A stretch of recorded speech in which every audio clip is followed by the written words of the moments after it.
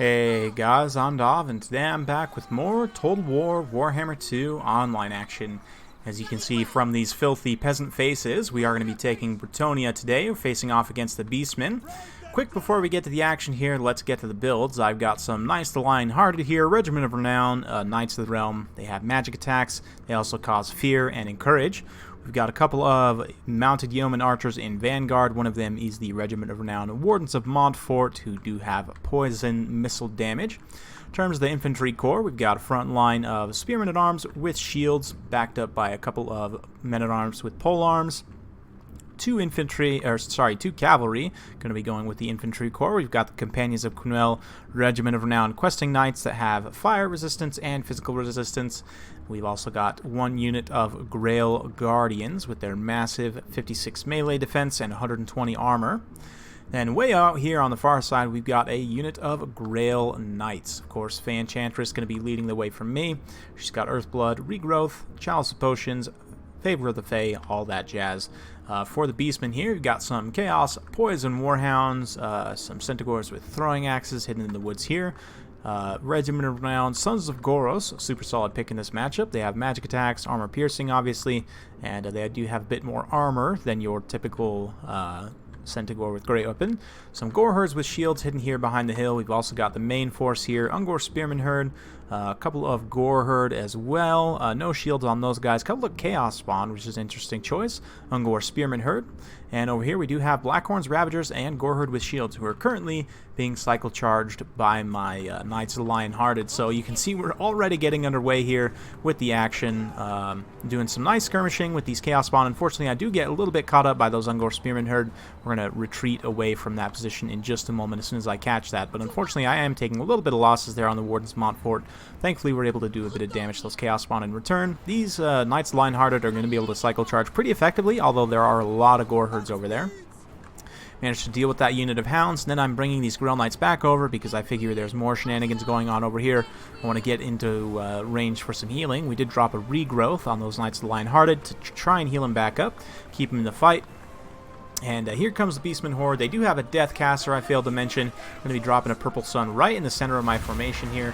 That's going to prompt me to go ahead and charge forward, but pretty much deletes a unit of Men-at-Arms with polearms. Granted, it is just a unit of Men-at-Arms with polearms, but unfortunately we are having to use the Companions of Quenelle there against Chaos Spawn. Not exactly the best pick, but Grail Guardians also coming in to deal here with these Chaos Spawn. The Grail Guardians have enough melee defense that they really won't take a whole lot of damage here. But Earthblood going down in the center pocket. Looks like Doom and Darkness trying to rout off those Men-at-Arms, but unfortunately they're at least unfortunately for the Beastmen, their leadership will hold. We did get these Grail Knights over here in an engagement with the Sons of Goros. Unfortunately, my opponent had some support on station, and we did lose that engagement, so it didn't end up being super cost effective for me, although those Grail Knights did get some work done. We're going to change these mounted yeoman archers to attack the Centaurs. My opponent, realizing this, is going to charge the Centaurs in melee. This is actually a very smart move, as the Centaurs are much superior to these mounted yeoman archers in terms of their melee stats. It's going to force me to pull these Companions of Quenelle into the back line, again, into a matchup they're not really meant to take, although these Knights of the Lion-Hearted will be much better at it with their bonus versus large here. My opponent, wisely, seeing that this is a very pitched engagement at this point, summoning up those Chaos Spawn, that's actually going to rout off those Wardens of Montfort, unfortunately. I also drop a Comet of Cassandora from the Fae. My opponent, being that my unit just routed off there, actually does not get hit by that at all. Thankfully, we do have the Fey Enchantress in this pocket. She's draining away a little bit. These Grail Guardians still relatively healthy, but it's definitely not looking great for Bretonnia. You can see the balance of power starting to turn against me quite substantially. A lot of that is due to the fact that these Chaos Spawn are still on the field, and as we know from my video a couple days ago, the Beastmen balance of power tends to be a bit wonky anyway. But yeah, we do still have some cav online. We're able to finish off the Sons of Goros, so I'm like, okay. Pretty much all my sorry, getting a little tongue-tied, guys. All my opponent's mobile units are pretty much off the field at this point, so I'm like, okay, as long as I can keep 1 or 2 units of cav relatively healthy, we should be able to cycle charge out a win here if we can weather the assault of these Chaos Spawn here and keep these other units of cavalry alive. In terms of that goal, his Companions of Quenelle and the Knights of the Lion-Hearted fighting in the back line, trying to finish off these summoned Chaos Spawn to keep the balance power from going too far against us. I do hear that Doom and Darkness going down. Looks like it was indeed an Overcast Doom and Darkness hitting all the units here. Nope, not quite.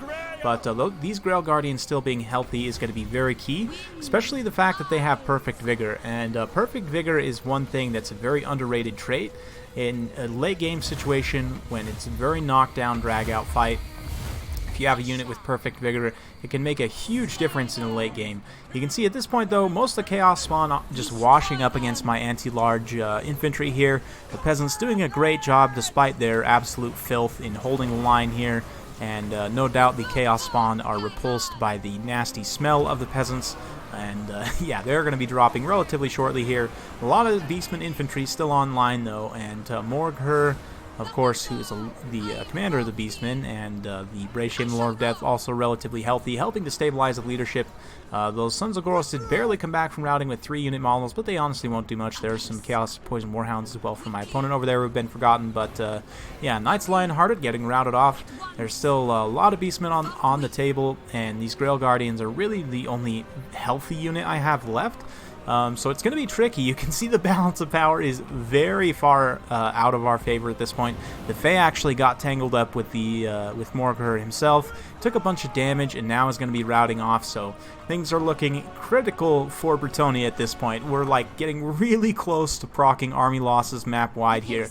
But these Grail Guardians are still fighting. The Fan Enchantress is going to drop a bombardment right on top of them here, and then the Grail Guardians looking to beat it. Unfortunately, that does mean a lot of my opponent's infantry are going to get out of that bombardment radius as well.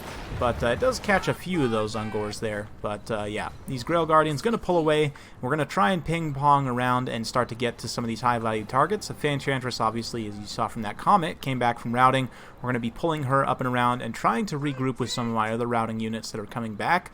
And yeah, things are looking pretty desperate at this point, but honestly, I feel like this balance of power, again, as with the battle before, is a little bit too far in my opponent's favor. I mean, it should be in my opponent's favor at this point. I really only have this one unit of Grail Guardians left. Everything else is incredibly tattered. But I don't feel like the balance of power is that far out of my favor, but we'll see. Whoops, I meant to fast forward. Let's go ahead and do so, as there is going to be quite a pitched late game engagement here. We're going to come out of Lance formation just to get as much contact surface area as possible, finish off those Ungor Spearman Herd, and then just start to ping-pong around for my opponent's isolated units. He's got mostly light infantry left, so I figure if I can stay on the move with these Grail Guardians, especially because they have Perfect Vigor, they're going to stay at the same speed, they're not going to get tired, and we can ping-pong around with a lot of these light infantry and try and take them off the field. This unit in particular is very healthy still. There's a lot of Gore Herd here, 78 in total. They're actually dropping a bit now. But yeah, these Grail Guardians come in. We do manage to get an Earthblood on them critically, so we're going to keep healing them up. There's still most of the unit models of those Grail Guardians still there, actually. 39 out of 45. So that healing is probably going to get some really nice value. We pull back away. Again, just trying to stay on the move here. These other Bretonnian infantry and cavalry are going to be rallying back to the Fan Enchantress. If we can get one more Earthblood to heal all these other tattered troops, that'll be great, while these Grail Guardians rampage around and try and do their work. Blackhorn's Ravagers are the next target to get run over here. And getting, oh man, that guy got his arm cut off by the Grail Guardian. Absolute madman. But anyway, they're going to just continue riding through here for the lady, giving all the glory, and just cutting down these Beastmen. And at this point, my opponent is probably a little bit upset. I mean, I am kind of just cycle charging him with a single unit, but I mean, I'm just trying to regroup with everyone here, let him rest a little bit. And these Grail Guardians, like I said, I feel like this balance of power is a little bit fraudulent at this point. But yeah, these Grail Guardians going to come down, finish off these Centaurs Grippins for a second time. Yeah, these Centaurs are in the wrong neighborhood. Centaurs themselves do have Perfect Vigor, however, theirs is a leadership-reliant trait. It's this rowdy, so if their leadership is wavering, they don't still have that Perfect Vigor, whereas the Grail Guardians just have it non-stop, which is a huge difference. You can see my opponent forming up into a nice infantry Death Star here. He's still got a few Ungor Spearman Herd. Most of the rest of this is just Gore Herd and Gore Herd with shields, though. And yeah, you can see the Fan Enchantress still just chilling over there. So we'll fast forward a little bit here as I kind of chase off some routing units. I do want to make sure those Ungor Spearman Herd in particular don't come back from routing. Now we're going to get the Grail Guardians in another pitched engagement here.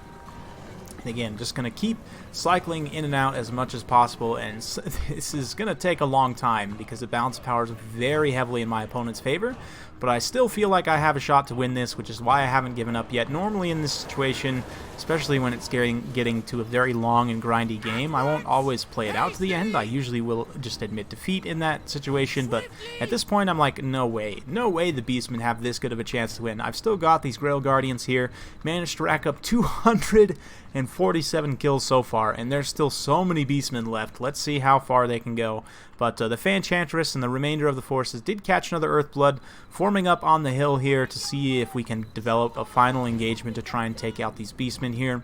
If we can get rid of all the Beastmen infantry, we should be able to beat down Morker just with the Grail Guardians. I mean, the Grail Guardians themselves, with their high melee defense and attack, should be able to deal with most of these heroic units just by themselves. We do still have some of the Knights Lion-Hearted and the other Regiment of Renown, I believe, Knights Lion-Hearted, Wardens of Montfort, and Companions of Cornell all sticking around until the late game. So, man, Regiment of Renown Cav for Bretonnia definitely showing its strength in this particular matchup. And yeah, we're going to fast forward a little bit as we form up for a final engagement. My opponent letting his infantry rest here rather than running around too much. He's going to try and at least get them, some of them at least are going to be too tired rather than exhausted. So that'll be beneficial for my opponent, but at this point we're going to try and get a full surround, obviously, because if we can get some rear charges, that is going to pop some morale penalties. So here comes the final engagement. Fanchantress getting in here, applying that drain effect.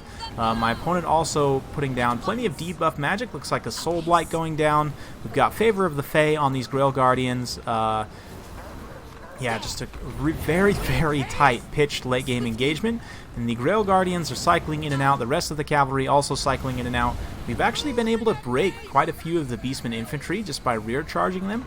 And yeah, at this point it's pretty much just the heroic units. There's this one Gore Herd that hasn't routed as well, but the rest of the Beastmen infantry actually rout. You can see the balance of power starting to tip back in the favor of Bretonnia. So here come the Grail Guardians, another beautiful hammer and anvil charge against these desperate peasants, still holding the line here very admirably. The Fanchantress helping to chase off some of those units there and coming back to make sure the leadership is stable here. And at this point, it's just a matter of finishing off these few units who are coming back from rout and then finishing off the Beastmen leadership. So a very, very wild fight and very long fight as well. These Bretonnia Knights have been fighting all day, but of course, with that perfect vigor, these Grail Guardians up to 290 kills and still racking it up. They're going to be perfectly fresh. You can see they are actually fresh in terms of their vigor, so yeah. At this point, we're going to fast forward a little bit more, as it is just finishing off the routing units and then dealing with the Beastmen leadership. You can see the balance of power still in my opponent's favor quite heavily, despite the fact that it's just Morker and this Bray Shaman left. So yeah, I do think that the Beastmen balance of power needs a little bit of looking at. I don't think that that's completely balanced.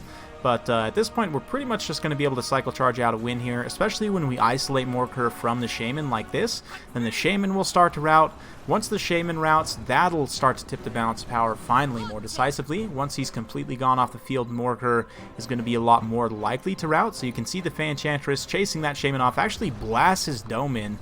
Oh man, she literally exploded his head off. Wow. So at that, the balance of power for the first time is finally going to tip in my favor, and Morker getting circle beaten by the Grail Guardians now is going to give up the fight here. So, whoo, man, what a battle.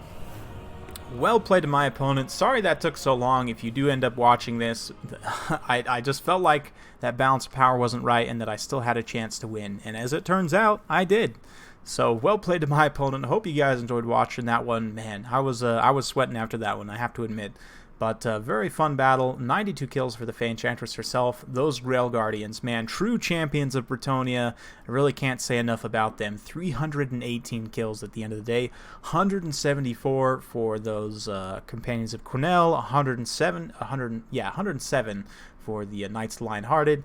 Grail Knights only got 48, but they did manage to get an XP chevron from dealing with the Hounds. They also did a lot of damage to the Sons of Goros. Unfortunately, probably wasn't super cost-effective at the end of the day, but 39 on the Wardens of Montfort, not too bad, considering they did a whole bunch of damage to the Chaos Spawn as well. The rest of the peasants, you know, they did their duty and died in the hundreds, so yeah, can't complain about that. For the Beastmen, Beastmen Leadership Corps actually did quite well. 59 on Morgar himself, not to mention the Chaos Spawn he summoned. 74 for that Ray Shaman Lore of Death. A lot of that obviously coming on that initial Purple Sun that pretty much zapped immediately one of my pole arms. So very fun stuff. The Chaos Spawn's an interesting choice. They really didn't end up paying out, I don't think, because I had mainly anti-large infantry. They were able to hold the line against the Chaos Spawn quite well. The Gore Herds, on the other hand, did quite well in dealing with the peasants. You can see even the Gore Herds with shields, Blackhorns, Ravagers were getting 43. The 97 and 123 on the Gore Herds with dual weapons. The Sons of Goros did quite cost-effective in dealing with those Grail Knights. However, they did take a lot of damage, so it was kind of a wash at the end of the day. But super close battle. Very fun stuff. Hope you guys enjoyed watching. If you do like this sort of content, be sure to like, subscribe, hit that bell notification button, so every time I upload a new video, you'll be notified. Thank you once again for watching. Really appreciate it, and we'll see you next time.